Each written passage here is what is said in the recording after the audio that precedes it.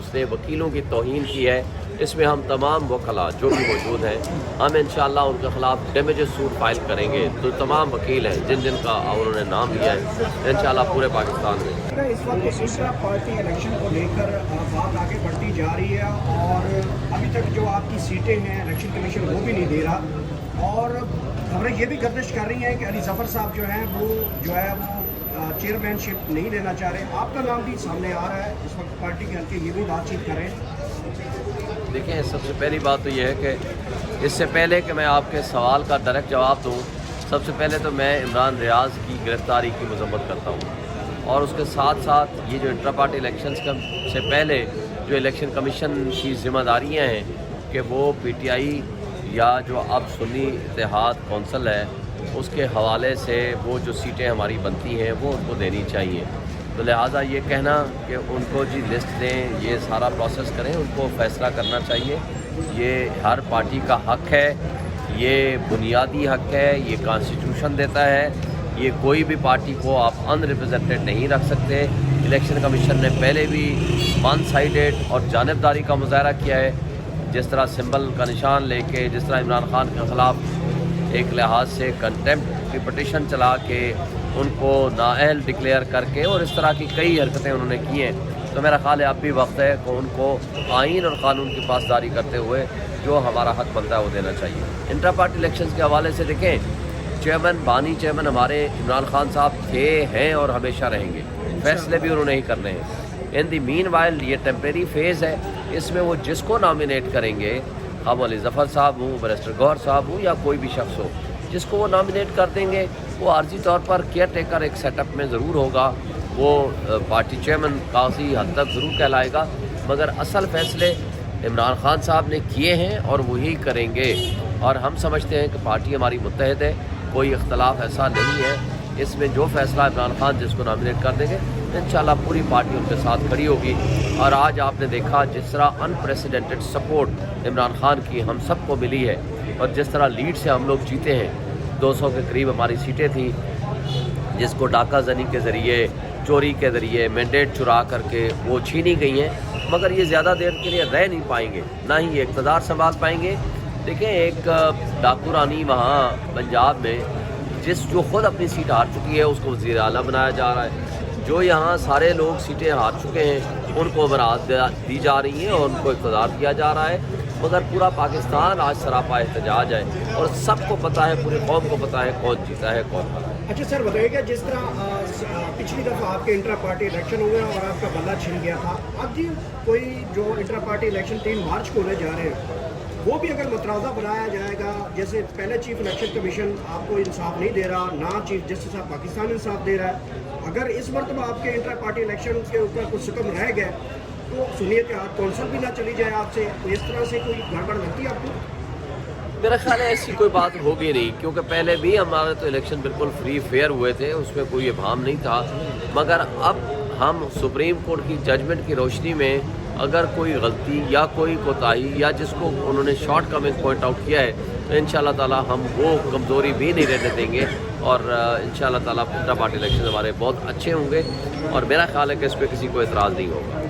कल आपके मुखालिफ कैंडिडेट तारिक फजल चौधरी ने आपके खिलाफ एक प्रेस टॉक की इलेक्शन कमीशन के बाहर, आपको कहा कि ये एक बदमाश वकील है, वकीलों का जत्था लेकर जो है इलेक्शन कमीशन के बाहर पहुंच जाता है, अदालतों से फरार हो जाता है, अदालतों को सबूत नहीं दे सका, और ये अवामी मैंडेट उसने हाथ में लेकर जो है फॉर्म 47 और जो इलेक्शन कमीशन की नोटिफिकेशन था वो अवाम को दिखाया, जबकि वहाँ पे मीडिया के सामने सवाल उठाया गया कि आपके पास फॉर्म 45 नहीं है, तो उसके ऊपर वो लाजवाब रहे।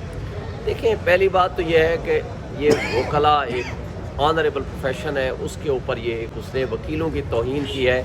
इसमें हम तमाम वकला जो भी मौजूद हैं, हम इंशाअल्लाह उनके ख़िलाफ़ डैमेजेस सूट फाइल करेंगे। तो तमाम वकील हैं जिन जिन का उन्होंने नाम लिया है, इंशाअल्लाह पूरे पाकिस्तान में हमने ये सोच लिया है। नंबर 2, देखें, जो खुद डकैती करता है, डाका जनी करता है, कठपुतली अपने आप को MNA कहता है, उसको शर्म आनी चाहिए। मैंने पहले भी कहा था, देखें, एक होता है डाकू जो इंडिविजुअल कैपेसिटी में किसी का लूट मार करता है और वो लूट मार करके भाग जाता है, अपना मुंह छुपाता है, जंगलों में फिरते हैं, वो कच्चे के डाकू कहलाते हैं। ये हैं पक्के के डाकू। इनमें वो गैरत भी नहीं रही کہ آپ نے پبلک کے سامنے آپ ہارے ہو، آپ نے لوگوں کے مینڈیٹ پہ ڈاکہ ڈالا ہے اور لوگ آپ کو پہچانتے ہیں.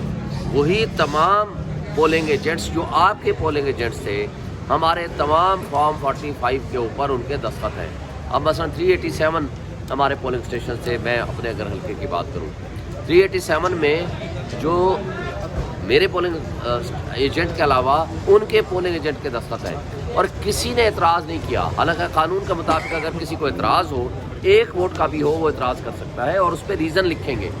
اگر وہ ان کے دستخط موجود ہیں، 3000 تقریباً 3000 مختلف اشخاص کے فارم 45 کے اوپر دستخط ہیں. فارم 45 ہوتا کیا ہے؟ According to section 90 of the election act 2017 یہ ہوتا ہے ریزلٹ، کیونکہ اس کے اوپر presiding officer, assistant presiding officer اور تمام پولنگ ایجنٹس دستخط کرتے ہیں اور انگوٹھے لگاتے ہیں، اور یہ ہوتا ہے ریزلٹ. اس کو کہتے ہیں ریزلٹ. ریزلٹ ڈکلیئر ہو گیا، اناؤنس ہو گیا، دیٹس آل. اس کے بعد کوئی فارمیلٹی کی ضرورت نہیں ہے.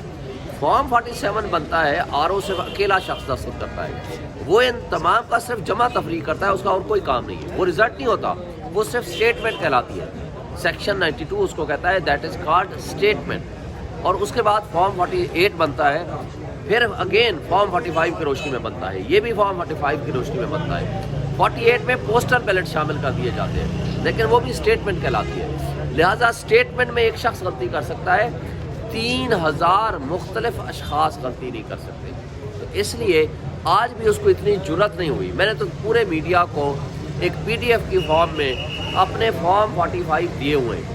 اس میں اگر غیرت ہے اور جرت ہے تو اس کو وہ اپنے فارم 45 آپ لوگوں کے ساتھ شیئر کر لیں، آپ کمپیریزن کر لو، اور اس کمپیریزن کے نتیجے میں آپ ثابت کر دو کہ وہ درست کہہ رہا ہے یا میں درست کہہ رہا ہوں. باقی وہ ہوتا ہے نا، ایک چوری اوپر سے سینہ زوری. بھائی ڈکیتی بھی کرتے ہو، غیرت بھی تم نے ختم کر دی ہے، شرم و حیا بھی تم نے اتار دیا ہے، جھوٹ بھی سب کے سامنے، قوم کے سامنے بولتے ہو. تو افسوس یہ ہے کہ اپنے فالوورز کو، اپنے لوگوں کو اور اپنے بچوں کو، اپنے گھر والوں کو، اپنے پولنگ ایجنٹس کو تم سکھا کیا رہے ہو؟ جھوٹ، ڈاکہ زنی، فریب، منہ پہ جھوٹ بولنا. ایک بات بتا دوں، وہ کہتے ہیں نا، 2 بندوں کا آپ کوئی مقابلہ نہیں کر سکتے. ایک وہ جو ندی کے پار کھڑا ہو کے آپ کو گالیاں دے، اور یا منہ پہ کھڑا ہو کے آپ سے جھوٹ بولے. یہ وہ شخص ہے جو منہ پہ کھڑا ہو کے آپ سے جھوٹ بول رہا ہے. آپ سب نے کور کیا. مجھے بتا دیں کتنے پولنگ اسٹیشن سے وہ اسلام آباد سے جیتا ہے؟ وہ سب آپ کے سامنے ریزلٹ موجود ہے. آپ ان کے پولنگ ایجنٹس کے پاس جاؤ، ان کی لسٹیں اٹھا لو اور ان سے جا کر پوچھو کہ ایکچولی کون جیتا ہے. یہ سب کو پتا ہے. باقی ان کے فراڈ ڈرامے اینک پہن کے آپ اگر عوام کا مقابلہ نہیں کر سکتے تاکہ آنکھوں میں آنکھیں ڈال کر کوئی آپ سے بات نہ کر سکے، تو یہ ان کی باتیں ہیں. لیکن یہ جھوٹ زیادہ دیر نہیں رہے گا، انشاءاللہ سچ سامنے آئے گا. سچ کی سب سے بڑی طاقت ہوتی ہے.